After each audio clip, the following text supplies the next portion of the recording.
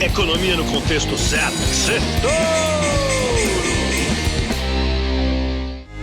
Boa noite, Brasil e ouvintes da Jovem Pan. Bem-vindos a mais um Sextouro.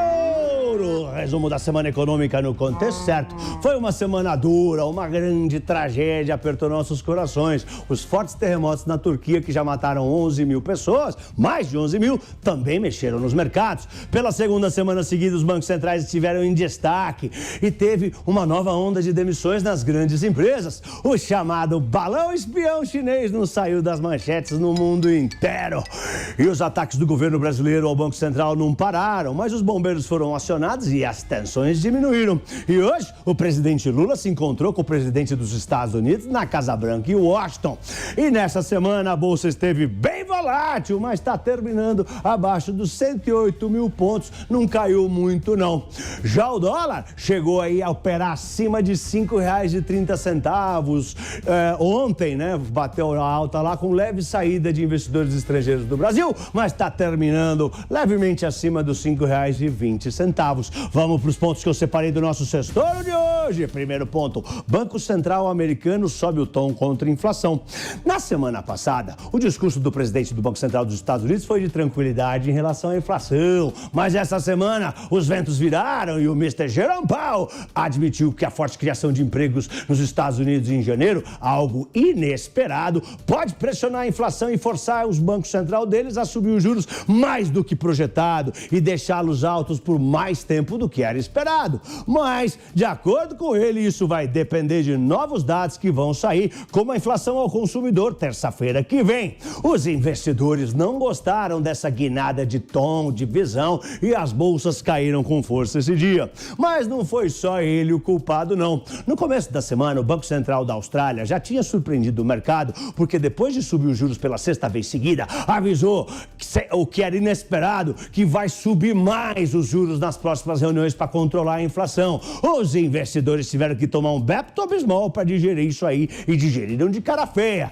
Mas foi o Banco Central do México que queimou o estômago dos investidores na quinta-feira e derrubou as bolsas com força. O que aconteceu? O Banco Central do México ontem deixou os investidores pasmos ao acelerar a alta de juros. É a 14ª alta de juros seguida por lá. Além disso, o Banco Central do México informou que a inflação não está respondendo como deveria às altas de juros, não está esfriando e que novas altas de juros são necessárias. Isso fez os juros dos títulos de renda fixa de curto prazo nos Estados Unidos, aqueles que vencem em 2 anos, a rentabilidade saltou e a rentabilidade dos títulos que vencem em 2 anos superou e muito a dos títulos de 10 anos, ou seja, a curva de juros se inverteu num nível que só foi visto há 40 anos atrás, quando os Estados Unidos entrou em recessão. Gente, é o seguinte, quando a rentabilidade dos títulos de curto prazo pagam mais do que as de longo prazo, é um sinal de grande incerteza, é uma premonição de recessão. Pensa comigo, imagina que se o banco começa a pagar muito dinheiro para pegar o seu dinheiro por menos tempo. Alguma coisa tá errada, né? Bom, analistas do banco Goldman Sachs acham que isso é um exagero. Eles dizem que as condições desse ciclo são completamente diferentes de 40 anos atrás e que a economia americana está forte e vai aguentar esses juros altos, esses juros de curto prazo altos para controlar a inflação sem entrar em recessão. Mas o mercado preferiu não arriscar e houve uma forte venda de ativos de risco, como a bolsa, e as bolsas americanas caíram. Segundo ponto, meta de inflação e autonomia do Banco Central. O brasileiro comum aprendeu 2 novos conceitos que ficaram estampados na manchete dos jornais essa semana: meta de inflação e autonomia do Banco Central. Os ataques do presidente Lula, de dirigentes e aliados do PT, ao presidente do Banco Central, Roberto Campos Neto, à meta de inflação e ao nível de juros do Brasil continuaram essa semana. Mas o ministro das Relações Institucionais, Alexandre Padilha, acalmou os investidores na quarta-feira. Ele reafirmou que não existe qualquer discussão no Palácio do Planalto para alterar a legislação que garante a independência do Banco Central. Além disso, ele negou que haja intenção de mudar a meta de inflação ou fritar o atual presidente do Banco Central, Roberto Campos Neto. Por outro lado, ontem saíram notícias de que o governo quer sim rediscutir as metas de inflação para aumentar aumentar a meta, o que assustou os investidores. Aumentar a meta da inflação, que é a inflação que o Banco Central tem que perseguir, ele calibra a taxa de juros para chegar nessa inflação, que é a meta, poderia permitir uma redução da taxa básica de juros, a Selic, sim, como o governo quer, e estimular o crescimento da economia no curto prazo. Mas o problema é que os juros de longo prazo vão continuar elevados, vão continuar altos, e é para eles que o investidor estrangeiro olha. Os juros futuros caros, juros futuros altos, são ruins para planejar investimento de longo prazo no país. Nos mercados, um corte forçado na taxa de juros, da taxa Selic, seja na canetada, seja pelo aumento da meta de inflação que permite você cortar os juros, deve se traduzir em fuga de investimento estrangeiro em nossos produtos de renda fixa, que vão estar pagando menos. Isso pressionaria o dólar para cima, o que aumentaria a inflação, fazendo com que os juros tenham que subir de novo. Obviamente, nesse cenário, a bolsa cairia. Quem define as metas de inflação é o Conselho Monetário Nacional, que é integrado pelo presidente do Banco Central, Roberto Campos Neto, e os ministros da Fazenda, Fernando Haddad, e a do Planejamento, Simone Tebet. E há sinalizações que o Campos Neto seria a favor de um aumento da meta, subir um pouquinho, sei lá, de 3,25 para 3,50, mas nada perto, nada dos 4,50 defendidos pelo governo.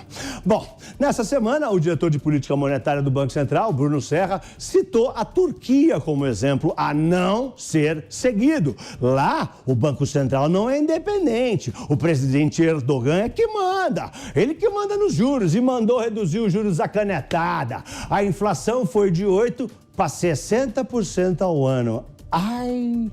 Terceiro ponto, afago no Haddad. Em meio a essa novela dos juros, a ata da última reunião do Banco Central, que saiu na terça-feira, o Copom, o Comitê de Política Monetária, admite que o pacote fiscal de Haddad é bem-vindo e pode ajudar a esfriar a inflação, o que ajuda no trabalho do Banco Central. Quarto ponto, terremoto na Turquia. O terrível terremoto na Turquia e na Síria, que abalou as estruturas por lá, não só fechou a bolsa, mas fez o país decretar estado de emergência por 3 meses e suspender as operações do terminal portuário de Ceyhan, que consegue exportar até 1 milhão de barris de petróleo por dia.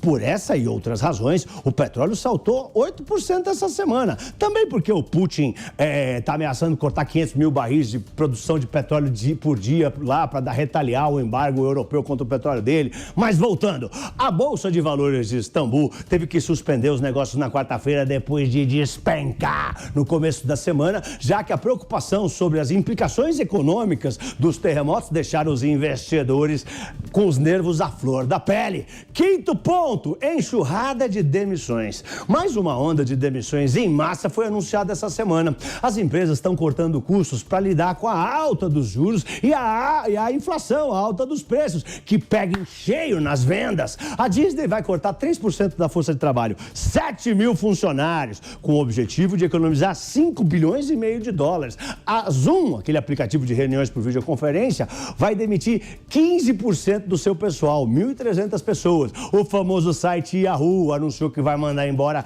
20% dos seus funcionários, 1.600 trabalhadores. A empresa de comércio eletrônico eBay anunciou que vai demitir 500 funcionários no mundo inteiro, 4% do quadro da empresa. A Boeing está querendo mandar 2.000 pessoas embora. Desse jeito, fica um pouco difícil de acreditar que os Estados Unidos não vão entrar em recessão, não é mesmo? Mas a esperança é a última na caixa de Pandora e vamos torcer. E pra semana que vem, Campos Neto vai dar uma entrevista no Roda Viva segunda-feira. Todo mundo de olho nisso aí. A temporada de balanços continua aqui no Brasil. Vai ter vencimento de opções na Bolsa. Vai sair a inflação ao consumidor nos Estados Unidos. Tudo isso é importante. E se você quiser entender mais sobre Bolsa de Valores e os indicadores econômicos que movimentam os mercados, ganhar conhecimento para impulsionar a sua carreira, aproveite a promoção de aniversário da newcursos.com.br. Eles estão querendo incentivar a educação financeira. Todos os meus cursos estão com 20% de desconto. Acesse a newcursos.com.br. N-I-U cursos.com.br. Use o voucher de desconto Viva Touro e compre qualquer curso meu com 20% de desconto em 12 vezes sem juros. Se você comprar o combo do curso Touro de Ouro 1 e 2, são mais de 50 aulas, mais de 12 horas de conteúdo de primeiríssima linha. Você vai crescer, aumentar o acervo de informações importantes que o investidor precisa para investir direito. E quem quiser me seguir nas minhas redes sociais vai adorar os meus canais. Anota meu arroba Pablo Spyer. Devagar, arroba Pablo SPYER. Gente, é isso aí. Uma boa noite e um lindo fim de semana em família. Vai, Torinho! Vai, Torinho! Valeu!